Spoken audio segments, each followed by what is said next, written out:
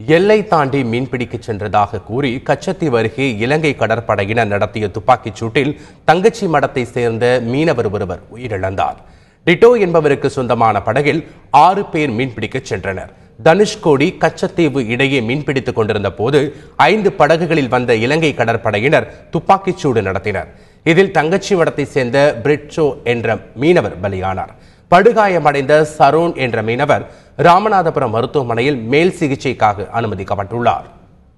தனுஷ்கோடி ஓரமா மீன் பிடிச்சு கொண்டு இருந்தோம். அஞ்சு படகுல நேய் வந்தாப்புல, நேய் வந்து தவத்தினாப்புல, தவத்தி பார்க்கவும் நாங்கள் ஸ்லோ பண்ணாம இருக்கவும் அணியத்து முடியுமா வந்து சுட்டுட்டாப்புல. ஃபுல்லா 4 நேவிலேருந்துமே ஷூட்டிங் நல்லா பொழிஞ்சிட்டாப்புல. பொழியவும் நாங்கள் அணியத்துக்குள்ளேயே அட்டிக்கிலே ஒளிஞ்சோம். ஒளியவும் சைடில் நின்றவனுக்கு கழுத்தில் பிசிறு விட்டு குண்டு பாஞ்சிட்டு செங்குள்ள அதோட போட்ட கரையை வந்து திருப்பி வந்துட்டோம். திருப்பிடவும் 4 படகு மொத்தமாக கரையை ஓடிவிட்டோம். மிச்ச படகு ஃபுல்லாக எல்லக்கோட்டில் கிடக்கு. ரைட்டாக எல்லக்கோட்டில் மீன் பிடிச்சிட்டு வந்தோம்.